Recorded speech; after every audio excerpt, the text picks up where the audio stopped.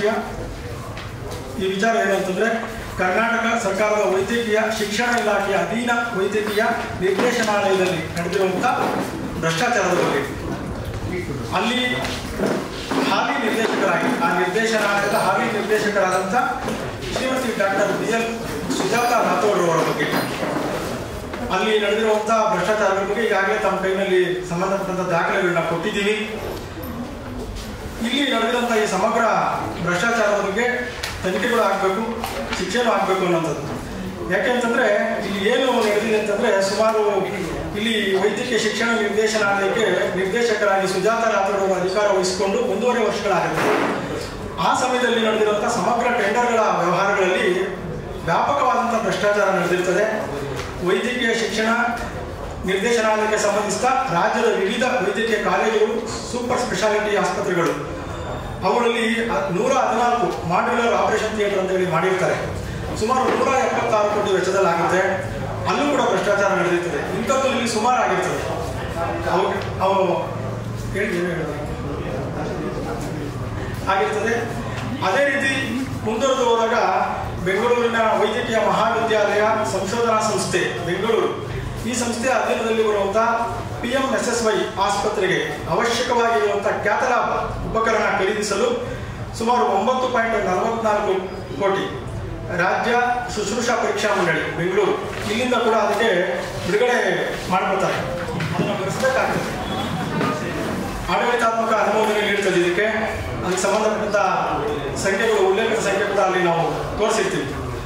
ಒಟ್ಟಾರೆಯಾಗಿ ಇದನ್ನು ನೋಡ್ತಾ ಹೋದಾಗ ಮೈಸೂರು, ಬೆಳಗಾವಿ, ಗುಲ್ಬರ್ಗಾದಲ್ಲಿರುವ ಸೂಪರ್ ಸ್ಪೆಷಾಲಿಟಿ ಆಸ್ಪತ್ರೆಗಳಿಗೂ ಪೀಠೋಪಕರಣ ಖರೀದಿಗೆ ಸುಮಾರು 135.73 ಕೋಟಿ ಅನುದಾನ ನೀಡಿರ್ತಾರೆ. ಖರೀದಿಗೆ ಅಗತ್ಯವಿರುವ ಹೆಚ್ಚುವರಿ ಅನುದಾನವನ್ನು ಭರಿಸಲು ಇಲ್ಲಿ ಈ ಸಂಪನ್ಮೂಲಗಳನ್ನು ಕ್ರೋಢೀಕರಿಸಲು ಅನುಮೋದನೆ ಕೋರಿ ಸಲ್ಲಿಸಿರ್ತಾರೆ. ಆದರೆ ಇಲ್ಲೆಲ್ಲ ಕಡೆಯೂ ಭ್ರಷ್ಟಾಚಾರ ನಡೆದಿರ್ತಾರೆ. ಇಲ್ಲಿ ಉದಾಹರಣೆಗೆ ಒಂದೇನು ಹೇಳ್ಬೋದು ಅಂತಂದರೆ, ವೈದ್ಯಕೀಯ ಆಸ್ಪತ್ರೆಗಳಿಗೆ ಅವಶ್ಯ ಅನಿಸಿಕೊಂಡಿರುವಂಥ MRI ಸ್ಕ್ಯಾನರ್ಗಳು ಅದನ್ನು ಖರೀದಿ ಮಾಡೋಕ್ಕೆ 95 ಕೋಟಿ ನಿಗದಿಪಡಿಸಿ KTTP ಕಾಯ್ದೆ ಅಡಿಯಲ್ಲಿ ಮಾಡಬೇಕಾಗ್ತದೆ. ಆದರೆ ಇವರೇನು ಮಾಡ್ತಾರೆ, ಈ ಜಂಪ್ ಪೋರ್ಟಲ್ ಅನ್ನೋ ಒಂದು ಸಂಸ್ಥೆನ ಗುರುತಿಸ್ತಾರೆ. ಒಂದು MRI ಸ್ಕ್ಯಾನರ್ಗೆ 11.25 ಕೋಟಿ ನಿಗದಿ ಮಾಡ್ತಾರೆ. ಅಂದರೆ ಇಲ್ಲಿ ಅಸಲಿಗೆ ಇಲ್ಲಿ ಸರ್ಕಾರಕ್ಕೆ 90 ಕೋಟಿ ನಷ್ಟ ಆಗುತ್ತೆ. ಈ ಥರದ್ದು ಸುಮಾರು ಇರ್ತವೆ.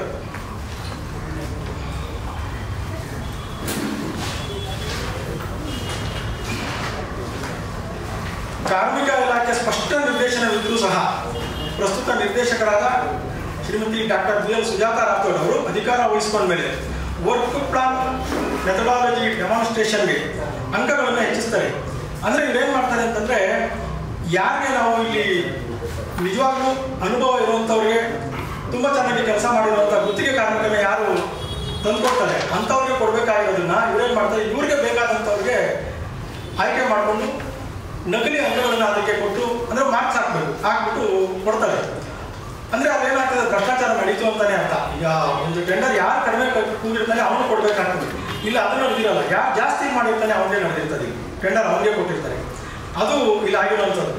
ಇಲ್ಲಿ ಇನ್ನೊಂದು ಏನಾಗ್ತದೆ ಅಂತಂದರೆ, ಈ ಟೆಂಡರ್ಗಳಲ್ಲಿ ಭಾಗವಹಿಸಿದಂಥ ಅರ್ಹ ಸಂಸ್ಥೆಗಳನ್ನ ಬಿಡ್ತಾರೆ. ಪಾಪ ಯಾರು ನಿಜವಾಗ್ಲೂ ಕರೆಕ್ಟಾಗಿದ್ರು, ಆಥರೈಸ್ಡ್ ಆಗಿದ್ರು ಅವ್ರನ್ನ ಬಿಟ್ಟು ಯಾವುದೊಂದು ಸ್ಫೂರ್ತಿ ಸೆಕ್ಯೂರಿಟಿ ಅಂಡ್ ಅಲೈಡ್ ಸಂಸ್ಥೆಗೆ QCBS ವಿಧಾನ, ಅಂದರೆ ಈ QCBS ಅಂತಂದರೆ quality and cost based selection ಅಂತೇಳಿ ಆ ಆಧಾರದ ಮೇಲೆ ಮಾಡ್ತಾ ಇರ್ತಾನೆ. ಇದೊಂದೇ ಅಂತಲ್ಲ, ಚಿಕ್ಕಬಳ್ಳಾಪುರ ನಂದಿ ಮೆಡಿಕಲ್ ಇರ್ಬೋದು, ಗುಲ್ಬರ್ಗ, ಗದಗ, ಬೆಂಗಳೂರು, ಎಲ್ಲ ಕಡೆಯೂ ರಾಜ್ಯದ ಬಹುತೇಕ ಎಲ್ಲ ಕಡೆಯೂ ಆಗಿರುವಂಥ ವ್ಯಾಪಕವಾಗಿ ತಮ್ಮ ಭ್ರಷ್ಟಾಚಾರದ ಕೈಯನ್ನು ಆಡಿಸಿ ಸಂಪೂರ್ಣವಾಗಿ ಹೆಚ್ಚು ಕಮ್ಮಿ ಇಲಾಖೆನ ಭ್ರಷ್ಟಕೂಪದತ್ತ ತಳ್ಳಿಬಿಟ್ಟಿದ್ದಾರೆ. ಈ ಬಗ್ಗೆ ವೈದ್ಯಕೀಯ ಶಿಕ್ಷಣ ಸಚಿವರಾದ ಮಾನ್ಯ ಶ್ರೀ ಶರಣ್ ಪ್ರಕಾಶ್ ಪಾಟೀಲ್ ಅವರು ಗಮನ ಹರಿಸಬೇಕಾಗಿದೆ. ಮತ್ತು ಡಾಕ್ಟರ್ ಶ್ರೀಮತಿ BL ಸುಜಾತಾ ರಾಥೋಡ್ ಹಾಗೂ ವೈದ್ಯಕೀಯ ಶಿಕ್ಷಣ ಇಲಾಖೆಯ ಸರ್ಕಾರದ ಅಧೀನ ಕಾರ್ಯದರ್ಶಿ 2 ಶಿವಲಿಂಗ್ ಪ್ರಭು ವಾಲಿ, ಸರ್ಕಾರದ ಅಧೀನ ಕಾರ್ಯದರ್ಶಿ 1 ಬಾಲಪ್ಪ, ಜಂಟಿ ಕಾರ್ಯದರ್ಶಿಗಳಾದ ವೆಂಕಟೇಶ್ ಮೂರ್ತಿ, ಅಮಾನತಿನಲ್ಲಿರುವ ಅಧೀನ ಕಾರ್ಯದರ್ಶಿ ಮಂಜುನಾಥ್ ಹಾಗೂ KSNCಯ ರಿಜಿಸ್ಟ್ರಾರ್ ಮಲ್ಲು ಮತ್ತು ಕರ್ನಾಟಕ ರಾಜ್ಯ ಶುಶ್ರೂಷಾ ಪರೀಕ್ಷಾ ಮಂಡಳಿಯ ಮಡಿವಾಳಪ್ಪ ನಾಗರಹಳ್ಳಿ, ಪ್ಯಾರಾಮೆಡಿಕಲ್ ಬೋರ್ಡ್ನ ವಿಶೇಷಾಧಿಕಾರಿ ಡಾಕ್ಟರ್ ವಿಜಯ್ ಕುಮಾರ್, ಕಸ್ಟೋಡಿಯನ್ ಶರತ್ ಕುಮಾರ್, ಸಚಿವರ ಆಪ್ತ ಸಹಾಯಕ ಕೃಷ್ಣೇಗೌಡ, ಗುಲ್ಬರ್ಗದ ಆನಂದ್ ಪೂಜಾರಿ, ಆಡಳಿತ ಅಧಿಕಾರಿ ಶಿವಾನಂದ ಕರಾಳೆ ಇವರೆಲ್ಲರ ವಿರುದ್ಧ ತನಿಖೆ ಆಗಬೇಕಾಗಿದೆ. ಇವರೆಲ್ಲರೂ ಇದರಲ್ಲಿ ದುರುದ್ದೇಶಪೂರ್ವಕವಾಗಿ ಸೇರಿಕೊಂಡು ಹಾಳು ಮಾಡಿದ್ದಾರೆ. ಇದನ್ನೆಲ್ಲ ಈ ಟೆಂಡರ್ಗಳಲ್ಲಿ ಇತ್ಯರ್ಥಪಡಿಸಿರುವಂತಹ ನಡಾವಳಿಗಳು ಕೂಡ ಇದುವರೆಗೂ ಯಾವುದು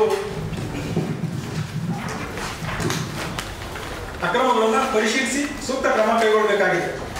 ಯಾವ ನಿಟ್ಟಿನಲ್ಲಿ ಅಂತಂದ್ರೆ ಅಸಂಘಟಿತ ಕಾರ್ಮಿಕರು ಪಾಪ ಇವತ್ತು ಒಬ್ಬ ಕಾರ್ಮಿಕ ಈಚೆ ಬಂದು ದುಡ್ಕೊಂಡು ಹೋಗ್ತಾನೆ ಅಂದ್ರೆ ಅವ್ನು ಬೆಳಗಿನ ಸಂಜೆವರೆಗೂ ಮೈ ಮುರಿದು ದುಡಿತಾನೆ. ಅವನಿಗೆ ಏನು ನಿಜವಾಗಿ ಸೇರಬೇಕು ಆತನ ಒಂದು ವೇತನ, ಆತನ ಒಂದು ಸಂಬಳ ಪಾಪ ಏನಿದೆ ದಿನಗೂಲಿ ಅದು ಸೇರ್ತಾ ಇದೆ. ಇವತ್ತು ಇದೆಲ್ಲ ಸೇರ್ತಾ ಇರೋದು ಪಟ್ಟಭದ್ರ ಹಿತಾಸಕ್ತಿಗಳಿಗೆ ಮತ್ತು ಅದನ್ನು ಹೋಗಲಾಡಿಸಬೇಕಾಗಿದೆ. ಈ ಒಂದು ಸೂಕ್ತ ಟೆಂಡರ್ದಾರರಿಗೆ ಯಾರು ಕೊಡಬೇಕಾಗಿತ್ತು L1 ಆಗಿ ಅಂಥವ್ರಿಗೆ ಕೊಡದೇ ಇರೋದ್ರಿಂದ ಆ ಬೊಕ್ಕಸಕ್ಕೆ ಆಗ್ತಾ ಇರೋಂಥ ನಷ್ಟವನ್ನು ಕೂಡ ತಡೆ ಹಿಡಿಬೇಕು. ಇದನ್ನು ಮಾನ್ಯ ನ್ಯಾಯಾಧೀಶರಿಂದನೋ ಅಥವಾ ಲೋಕಾಯುಕ್ತರು ನಿಷ್ಪಕ್ಷಪಾತವಾಗಿ ತನಿಖೆ ಮಾಡುವಂಥ ಅಧಿಕಾರಿಗಳೇ ಇದಕ್ಕೆ ಬೇಕಾಗಿರೋದು. ಯಾಕೆಂತಂದರೆ ಆಡಳಿತ ಸರ್ಕಾರನೇ ಇರೋದು. ಆಡಳಿತ ಸರ್ಕಾರದ ಇಂಥ ಸಮಯದಲ್ಲೇ ಸುಜಾತಾ ರಾಥೋಡ್ ಅವರು ಕೂಡ ಪ್ರಭಾವಿ ಲೇಡಿ, ಅವರೇನು ಕಡಿಮೆ ಏನಲ್ಲ. ಅಂಥವ್ರ ವಿರುದ್ಧ ತನಿಖೆ ಆಗಬೇಕು ಮತ್ತು ವಿಚಾರಣೆ ಆಗಬೇಕು ಅಂತಂದರೆ ತುಂಬ ದೊಡ್ಡ ವಿಚಾರಣೆ ಇದೆ. ಅಷ್ಟೊಂದು ಸುಲಭಕ್ಕಾಗಲ್ಲ. ಯಾಕೆಂದರೆ ಅವರು ರಾಜಕೀಯವಾಗಿ ಕೂಡ ಪ್ರಬಲವಾಗಿದ್ದಾರೆ. ಈ ದೂರುಗಳನ್ನ ಪರಿಶೀಲಿಸಿ ಕೂಡ ಕ್ರಮ ಆಗಬೇಕಾಗಿದೆ. ಹೇಳಿ ಏನಾದರೂ ಸರ್. ರಾಜಕೀಯವಾಗಿ ಪ್ರಬಲವಾಗಿದ್ದಾರೆ ಏನು ಸರ್ ಅಂತ? ರಾಜಕೀಯವಾಗಿ ಪ್ರಬಲವಾಗಿ ಅಂತಂದಾಗ ಯಾರು ಶ್ರೀಮತಿ ಸುಜಾತಾ ರಾಥೋಡ್ ಅವರ ಯಜಮಾನರು ಪ್ರಕಾಶ್ ರಾಥೋಡ್ MLC ಆಗಿದ್ದರು. ಅವರೇ ರಾಷ್ಟ್ರಪಕ್ಷದಲ್ಲಿ ಸರ್ ಯಾವ ಪಕ್ಷದಲ್ಲಿ? ಕಾಂಗ್ರೆಸ್ನಲ್ಲಿ MLC ಅಲ್ಲ, ಅದನ್ನೇ ಹೇಳ್ತಾ ಇರೋದು. ನಾನು ಏನಂದ್ರೆ ಬಿಡಿಸಿ ಹೇಳಿರಲಿಲ್ಲ ಅಷ್ಟೇ. ಯಾವುದು ಅಂದಾಗ ಈ ಪಕ್ಷದ ಬಗ್ಗೆ ಮಾತಾಡಿದ ಪಕ್ಷ ಖಂಡಿತ ಕಾಂಗ್ರೆಸ್ ಪಕ್ಷದಲ್ಲಿ ಅವರೊಬ್ಬ MLC ಆಗಿ ಮುಖ್ಯಮಂತ್ರಿಗಳ ಜೊತೆ ಅನ್ಯೋನ್ಯವಾಗಿರ್ತಾರೆ. ಇಲ್ಲಿ ಏನು ಅಂತಂದ್ರೆ ನಾನು ಯಾತಕ್ಕೆ ಹೇಳ್ತಾ ಇದ್ದೀನಿ ಅಂತಂದ್ರೆ ಅವ್ರ ಜೊತೆ ಅನ್ಯೋನ್ಯವಾಗಿರುವಾಗ ಈ ಒಂದು ಸಮಾಚಾರ ಏನು ಘಟನೆ ಇದೆ ಇದು ಸಮಗ್ರವಾಗಿ ತನಿಖೆ ಆಗುತ್ತಾ ಇಲ್ವಾ ಅನ್ನೋದೇ ಇವಾಗ ಅನುಮಾನ. ಅದಕ್ಕೆ ನಾವು ಇದನ್ನೊಂದು ಪತ್ರಿಕಾಗೋಷ್ಠಿ ಕರೆದು, ಯಾಕೆಂದ್ರೆ ನಾಳೆ ಟ್ರಾನ್ಸ್ಫರ್ ಆಗಿರೋ ನಿವೃತ್ತರಾಗಿರೋ ಹೋಗ್ಬಿಟ್ರೆ ಮುಗಿದೋಗ್ತದೆ. ಅದಾಗಬಾರ್ದು ಅನ್ನೋದು ನಮ್ಮ ಭಾವ. ನಿಮ್ಮ ಪಕ್ಷದಿಂದ ಏನಾದ್ರು ಮನವಿ ಸಲ್ಲಿಸಿದ್ದೀರಾ? ಸಲ್ಲಿಸಿದ್ವಿ ಸರ್ಕಾರಕ್ಕೆ. ಸಲ್ಲಿಸ್ತೀವಿ. ಯಾರು ಸಲ್ಲಿಸಿದ್ದು? ಈಗ ಸಲ್ಲಿಸ್ತೀವಿ. ಪತ್ರಿಕಾಗೋಷ್ಠಿ ಮಾಡಿ ಸಲ್ಲಿಸ್ತೀವಿ. ಅದಕ್ಕೋಸ್ಕರನೇ ಪತ್ರಿಕಾಗೋಷ್ಠಿ ಕರೆದಿದೆ. ಇಲ್ಲಿವರು ಯಾವುದೇ ರೀತಿಯಲ್ಲಿ ಮಾಡಿಲ್ಲ ಸರ್ಕಾರಕ್ಕೆ ಮನವಿ ಕೊಟ್ಟಿದ್ದಾರೆ. ಈ ಪತ್ರಿಕಾಗೋಷ್ಠಿ ಮಾಡಿ ಕೊಡ್ಬೇಕು ಸರ್. ಯಾಕಂದ್ರೆ ಮೊದಲೇ ಕೊಡೋದಕ್ಕೂ ಒಂದು ಪತ್ರಿಕಾಗೋಷ್ಠಿ ಮಾಡಿ ಕೊನೆ ಪಕ್ಷ ನೀವೆಲ್ಲರೂ ನಮ್ಮ ಜೊತೆಗೆ ನಮ್ಮ ಬೆನ್ನಿಗೆ ನಿಂತಿದ್ದೀರಾ ಅನ್ನೋದು ಗೊತ್ತಾದಾಗ ಏನಾದ್ರು ಒಂದು ಬದಲಾವಣೆ ಆಗ್ಬೋದು. ಕೊಡ್ತೀವಿ ಸೋಮವಾರ ಕೊಡ್ತೀವಿ ಸರ್. ಇದರ ಹಿಂದೆ ರಾಜಕೀಯ ವ್ಯಕ್ತಿಗಳು ಕೈವಾಡ ಇದೆಯಾ? ಯಾವ ತರ ಅಂತ ಗೊತ್ತಾಗಲಿಲ್ಲ. ಬ್ಯಾಕ್ ಗ್ರೌಂಡ್ ಅವರಿಗೆ ಪ್ರಬಲ ಅಂದಾಗ ಇದೆಯಲ್ಲ ಸರ್, ಕಾಣ್ತಾ ಇದೆಯಲ್ಲ. ಅವ್ರು ಬಿಟ್ಟು ಬೇರೆ ಯಾರಿದ್ದಾರೆ? ಯಾರು ಸಚಿವರು ಯಾರು ಸಪೋರ್ಟ್ ಇದ್ದಾರೆ ಅವರಿಗೆ? ಸಚಿವರು ಭಾಳ ನಿಷ್ಠೆ ಏನಿಗೆ ಸಂಬಂಧಪಟ್ಟಂತೆ ಇರುವಂಥ ಶರಣ ಪ್ರಕಾಶ್ ಪಾಟೀಲ್ ಎಲ್ಲರೂ ಹೇಳೋದು ನಿಷ್ಠಾನಲ್ಲಿರುವಂಥ ಒಬ್ಬ ಸಚಿವರು ಈ ಸರ್ಕಾರದಲ್ಲಿ. ಯಾಕಂದರೆ ಅವ್ರ ಪ್ರೋಗ್ರಾಮ್ಸ್ಗಳು ಅಷ್ಟೇ ಹೆಲ್ತಲ್ಲಿ ಡೆವಲಪ್ಮೆಂಟ್ಸ್ ಆಗಬೇಕು ಅಂತೇಳಿ ಸಾವಿರಾರು ಕೋಟಿ ಅನುದಾನ ಮಾಡಿಸ್ಕೊಂಡು ಅವ್ರು ಹೋಗ್ತಾ ಇದ್ದಾರೆ. ಈಗ ತಾಲೂಕಿನ ಪ್ರಶ್ನೆಯಲ್ಲಿ ಏನಾಗ್ತಾ ಇದೆ ಅಂತಂದರೆ ಇವತ್ತು ವೈದ್ಯಕೀಯ ಶಿಕ್ಷಣ ನಿರ್ದೇಶನಾಲಯದ ಅಂಡರ್ನಲ್ಲಿ ಬರುವಂಥದ್ದು, ಅಧೀನದಲ್ಲಿ ಇರುವಂಥದ್ದು ಕರ್ನಾಟಕ ಸ್ಟೇಟ್ ನರ್ಸಿಂಗ್ ಕೌನ್ಸಿಲ್ ಅಂತ ಒಂದಿದೆ. ನರ್ಸಿಂಗ್ ವಿದ್ಯಾರ್ಥಿಗಳಿಗೆ ತಯಾರು ಮಾಡೋಂಥ ಒಂದು ಬೋರ್ಡ್. ಅಲ್ಲಿ ಒಬ್ಬ ಪ್ರಭಾವಿಯಾಗಿ ಬಂದು ಕುಂತಿರೋದು ರಿಜಿಸ್ಟ್ರಾರ್ ಮಲ್ಲು ಅಂತೇಳಿ. ಕಿದ್ವಾಯಿನಲ್ಲಿ ಉಪನ್ಯಾಸಕನಾಗಿ ವರ್ಕ್ ಮಾಡಬೇಕಾಗಿದ್ದಂಥ ಒಬ್ಬ ವ್ಯಕ್ತಿ ತನ್ನ ಪ್ರಭಾವ, ಮಳವಳ್ಳಿ ಭಾಗದ ಪ್ರಭಾವ, ಮುಖ್ಯಮಂತ್ರಿಗಳ ಮಗನ ಪ್ರಭಾವನ ಇಟ್ಕೊಂಡು, ಮಠಮಾಲೆಗಳ ಪ್ರಭಾವನ ಇಟ್ಕೊಂಡು ಅಕ್ರಮವಾಗಿ ಬಂದು ಕೂತಿದ್ದಾನೆ 2 ವರ್ಷದ ಪ್ರಭಾವವಾಗಿ. ಇವತ್ತು 80 ಕೋಟಿ ಇತ್ತು KNCನಲ್ಲಿ ಫಂಡು. ಏನು ವಿದ್ಯಾರ್ಥಿಗಳಿಂದ ಸಂಗ್ರಹಿಸುವಂಥ ಶುಲ್ಕ, ಮಾಸ್ ಕಾಲೇಜಲ್ಲಾಗ್ಬೋದು, ರಿನ್ವಲ್ನಲ್ಲಾಗ್ಬೋದು, ನರ್ಸಿಂಗ್ ಕಾಲೇಜಿನಲ್ಲಾಗುವಂಥ ಫಂಡು 80 ಕೋಟಿ ಇತ್ತು. ಮತ್ತು ಸ್ವಂತ ಅದಕ್ಕಾದಂಥ ಒಂದು ಬಿಲ್ಡಿಂಗ್ ಇದೆ.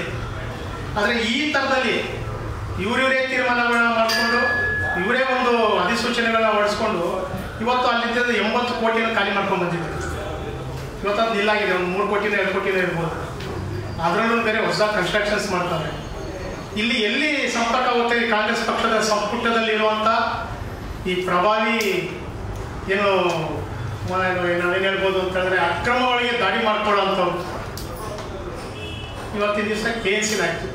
ಎರಡನೇದು ಕಲಬುರಗಿಯಿಂದಲೇ ಬಂದು ಇದೇ ಶಿಕ್ಷಣ ಪ್ರಾಧಿಕಾರ ಏನಿದೆ ಎಕ್ಸಾಮ್ದು ಬೋರ್ಡ್ ಇದೆ, ಆ ಬೋರ್ಡಲ್ಲಿ ಕುಂತಿದ್ದಂಥ ಮಡವಾಳಪ್ಪ ನಾರ್ಮಲ್ಲಿ ಅಂತ ನೋಡಿಸಿದ ಆತನೂ ಸಹ ಅಷ್ಟೇ ಸ್ವಂತಂತ ರಾಜಕೀಯ ಪ್ರಭಾವನ ಬೀರ್ಬಿಟ್ಟು ಬಂದು ಕೂತಿದ್ದಾರೆ. ಅಲ್ಲಿದ್ದದ್ದು ಅಷ್ಟೇ ಫಂಡು. ಈ ಥರದಲ್ಲೇನೆ ಸರ್ಕಾರ 1,000 ಕೋಟಿ ಕೊಟ್ಟರು ಅನುದಾನ ಕೊರತೆ ಆಗಿದೆ ಅನ್ನೋದನ್ನ ನೆಪ ಮಾಡ್ಕೊಂಡು ಏನು ಮಾಡ್ತಾ ಇದ್ದಾರೆ, ಇಲ್ಲಿಂದ 10 ಕೋಟಿ 14 ಕೋಟಿ ಈ ಥರ ತೆಗ್ದು ಖಾಲಿ ಮಾಡ್ತಾ ಇದ್ದಾರೆ. ಮುಂದುವರೆದಂತೆ ಏನಾಗ್ತಾ ಇದೆ, ಈ ಬಡ ಜನರು ನರ್ಸಿಂಗ್ ಮಾಡ್ತಾ ಇದೆ. ಈ ನನ್ನ ಸಬ್ಜೆಕ್ಟ್ ಎಲ್ಲ ಅವ್ರೂ ಯಾಕೆ ಅಂತ ಹೇಳ್ತೀನಿ, ಇವತ್ತು ಪ್ರಭಾವಕ್ಕೆ ಮಣೆ ಹಾಕಿ KNC ನಲ್ಲಿ ನಡೀತಿದ್ದಂಥ ಜನರಲ್ ನರ್ಸಿಂಗ್ನ ಕ್ಯಾನ್ಸಲ್ ಮಾಡ್ತಾ ಇದ್ದಾರೆ. ಎಲ್ಲ BSc ಮಾಡ್ಕೊಳ್ಬೇಕು ಅಂತೇಳಿ ಅಲ್ಲಿ ಹೋಯ್ತು ಅಂತಂದರೆ 1.5 ಲಕ್ಷ 2 ಲಕ್ಷ, ಕಾಲೇಜ್ಗಳಲ್ಲಿ 5 ಲಕ್ಷ ಈ ಥರ ಏನಾಗ್ತದೆ, ಬಡ ವಿದ್ಯಾರ್ಥಿಗಳು ಸುಲಭವಾಗಿ ನರ್ಸಿಂಗ್ ಮಾಡೋಕ್ಕೆ ಆಗೋದಿಲ್ಲ ಅಂತ ಅಪಮಾನಗಳನ್ನ ಮಾಡ್ತಾ ಇದ್ದಾರೆ. ಈ ಭ್ರಷ್ಟಾಚಾರ ವಿಚಾರ ಏನಕ್ಕೆ ಹೇಳ್ತೀನಿ ಅಂತಂದರೆ, 1.5 ವರ್ಷದ ಹಿಂದೆ ಸುಜಾತಾ ರಾಥೋಡರಿಗೆ ನಿರ್ದೇಶಕರಾಗಿ ಬರ್ತಾರೆ ತಮ್ಮ ಪ್ರಭಾವ ಬೀರಿ ಬಂದ ನಂತರದಲ್ಲಿ ನಡೆದಿರುವಂಥ ಪ್ರತಿಯೊಂದು ಟೆಂಡರ್ನಲ್ಲೂ ಅಕ್ರಮ ಹಗರಣಗಳು ನಡೆದಿದೆ. ಇದ್ರ ಬಗ್ಗೆ ಸುಮಾರು 140 ಕೋಟಿ ಆದಾಗ ಒಂದ್ಸತಿ ಎಲ್ಲ ಎಚ್ಚರಿಸಿತು, ಅವಾಗಲೂ ಸಹ ಇದನ್ನ ನಡೆಸಲಿಲ್ಲ. ಈಕೆ ಮಿಂಟೋನಲ್ಲಿ ಈ ಅಮ್ಮ ನೇತೃತ್ವ ಆಗಿರ್ಬೇಕಾದ್ರೆ, ಆದರೆ ತನ್ನ ಪ್ರಭಾವ ಇಲ್ಲಿ ಮುಖ್ಯ. ಕರ್ನಾಟಕ ವೈದ್ಯಕೀಯ ಶಿಕ್ಷಣ ನಿರ್ದೇಶಕರಾಗಿ ಕುಂತ್ಕೊಂಡ್ಬಿಡ್ಬೇಕು. ಮತ್ತು ಇನ್ನೊಂದು ಎಲ್ಲಿಗೆ ಹೋಗಿತ್ತು ಇವ್ರದ್ದು ಅಂತ ಹೇಳಿದ್ರೆ, ರಾಜೀವ್ ಗಾಂಧಿ ಯೂನಿವರ್ಸಿಟಿಗೆ VC ಆಗಕ್ಕೂ ಸಹ ಪ್ರಯತ್ನ ಪಟ್ಟರು. ಅದಕ್ಕೆ ಬೇಕಲ್ಲ ಫಂಡು, ಅದು ಎಲ್ಲೆಲ್ಲಿ ತರಬೇಕು ಗೊತ್ತಿಲ್ಲ. ಅದರಲ್ಲೂ ನಾನು ನಿಟ್ಟಿನಲ್ಲಿ ಸಂಪಾದನೆ ಮಾಡ್ತೀನಿ.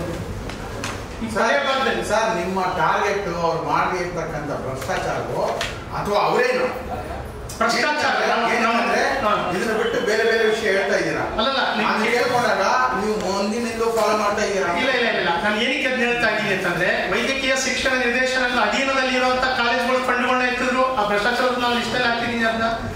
ಎರಡನೇದು, ಇವ್ರ ಮೇಲೆ ಏನೇ ಆಪಂದೆ ಬಂದ್ರು ಈಗ ಒಂದ್ ಕಡೆ ಪ್ರಭಾವಿ ಆಗಿರೋದ್ರಿಂದ, ರಾಜಕೀಯದ ಒಂದು ಬೆಂಬಲ ಇರೋದ್ರಿಂದ ಏನಾಗ್ತಾ ಇದೆ, ಅದನ್ನೆಲ್ಲ ಅಲ್ಲೇ ತಡೆ ಇಟ್ಕೊಳ್ತಾ ಇದೆ. ಇದನ್ನ ನಾನು ಪತ್ರಿಕಾಗೋಷ್ಠಿನಲ್ಲಿ ಘೋಷಿಸಿ ನಾಳೆ ದಿವಸ ಸೋಮವಾರ ನಾವು ಏನು ಲೋಕಾಯುಕ್ತಕ್ಕಾಗ್ಬೋದು, ಕರ್ನಾಟಕದ ಚೀಫ್ ಸೆಕ್ರೆಟರಿಗಾಗ್ಬೋದು, ಮುಖ್ಯಮಂತ್ರಿಗಾಗ್ಬೋದು, ಪ್ರತಿಯೊಬ್ಬರಿಗೂ ನಾವು ಈ ದೂರನ್ನ ಸಲ್ಲಿಸ್ತೀವಿ. ನಮ್ಮ ಒಂದೇ ಬೇಡಿಕೆ, ಈ ಭ್ರಷ್ಟಾಚಾರದ ಸಂಪೂರ್ಣ ತನಿಖೆಯಾಗಿ ತಪ್ಪಿತಸ್ಥರಿಗೆ ನಾನಿಗೆ ಸಂಬಂಧಪಟ್ಟಂತ ಎಲ್ಲ ಅಧಿಕಾರಿಗಳನ್ನು ನಮ್ಮ ಪಕ್ಷ ತೋರಿಸಿದೆ. ಅದರಲ್ಲಿ ಯಾರ್ಯಾರಿದ್ದಾರೆ, ಪ್ರಿನ್ಸಿಪಲ್ ಸೆಕ್ರೆಟರಿ ಅಂಡರ್ನಲ್ಲಿ ಯಾರ್ಯಾರು ಬಂದಿದ್ದಾರೆ ಇದರಲ್ಲೆಲ್ಲರೂ ಅವ್ರನ್ನೂ ಸಹ ನಾವು ಹೆಸರು ಸಹಿತ ತೋರಿಸಿದ್ದೀವಿ. ಸಂಪೂರ್ಣ ನಿಷ್ಪಕ್ಷ ತನಿಖೆಯಾಗಿ ಅವ್ರಿಗೆ ಶಿಕ್ಷೆ ಆಗಬೇಕು ಅನ್ನೋದೇ ನನ್ನ ಗುರಿ. ಮತ್ತು ಇಲ್ಲಿ ನಡೀತಾ ಇರುವಂಥ ಈ ದಾರುಣ ವೆಚ್ಚ ಅವರಿಗೆ ಮನೇಲಿ ಸಲ್ಲಿಸ್ತೀರಾ? ಎಷ್ಟು ದಿವಸ ಟೈಮ್ ಕೊಡ್ತೀರಾ? ನಿಮ್ಮಲ್ಲಿ ಆ್ಯಕ್ಷನ್ ತಗೊಳ್ತೀವಿ. ಯಾವ ಸಂಘ ಅಲ್ಲ ನೀವು, ಒಂದು ಪಕ್ಷವಾಗಿ ಏನು ಪ್ರೊಟೆಸ್ಟ್ ಮಾಡೋಂಥದ್ದು ಏನಾದರೂ ಇರುತ್ತೋ ಅಲ್ಲ, ಬರೀ ಲೆಟರ್ ಕೊಟ್ಟು ಬರೋದು ಅಷ್ಟೇ. ಇಲ್ಲ, ಅದೇ ಹೇಳ್ತೀವಿ ನಾವು. ಈಗ ನಾಳೆ ದಿವಸ ನಾವು ನ್ಯಾಯಾಲಯಕ್ಕೆ ಹೋಗ್ತೀನಿ ಅಂತ ಅದನ್ನು ಕೇಳ್ತಾರೆ, ಮುಂದೆ ಎಲ್ಲರೂ ಕೊಟ್ಟಿಲ್ಲ ಅಂತ ತಾವೇನು ಇವಾಗ ಕೇಳಿದ್ರು ಅದೇ ರೀತಿ ನ್ಯಾಯಾಲಯಕ್ಕೆ ಕೇಳ್ತಾರೆ. ಹಾಗಾಗಿ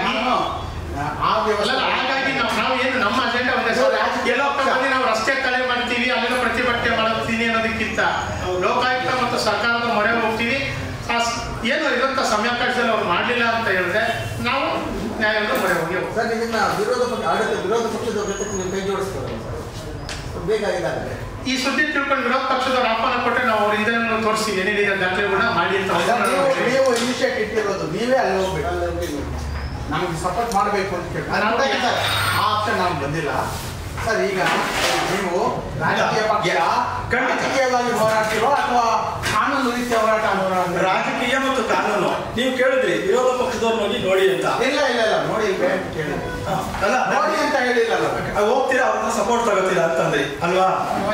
ಅವಶ್ಯಕತೆ ಇಲ್ಲ. ಯಾಕೆ ಅಂದ್ರೆ ಭ್ರಷ್ಟಾಚಾರ ಎಷ್ಟು ವ್ಯಾಪಕವಾಗಿದೆ ಅಂದ್ರೆ ಅಡ್ಜಸ್ಟ್ಮೆಂಟ್ ಪಾಲಿಟಿಕ್ಸ್ ಇವತ್ತು ನಡೀತಿರೋದು. ನೀನು ಹೊಡೆದ್ರೆ ನಾನು ಅರ್ಥ ಮಾಡ್ತೀನಿ ಅನ್ನೋವಂಥದ್ದು. ಇದು ನಾವು ನಿಮಗೇನು ತೋರಿಸ್ಬೇಕಾಗಿಲ್ಲ.